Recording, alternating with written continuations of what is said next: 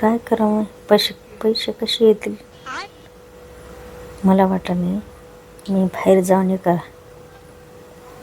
एका झाडाखाली बसावं, तिथून एक इमाईन जावं, त्याच्यामधून की नाही एवढं मोठं सोन्याचं गटोडच खाली पडावं. मी ते घेतून कोणालाच सांगणार, आणून ठेवतो लपून घरात आणि एक एक एक एक रोजच नेऊन मस्त आयुष करतो. खाला काम करावं लागेल. मामा तुम्ही कोण्या झाडाखाली बसू आणि तिथून इमाईन कशाला जाईल उगच. जाते मग जाय ना वाटायला. कसं गटतील मग गटणार जाय, त्याच्यासाठी कामच करावं लागते.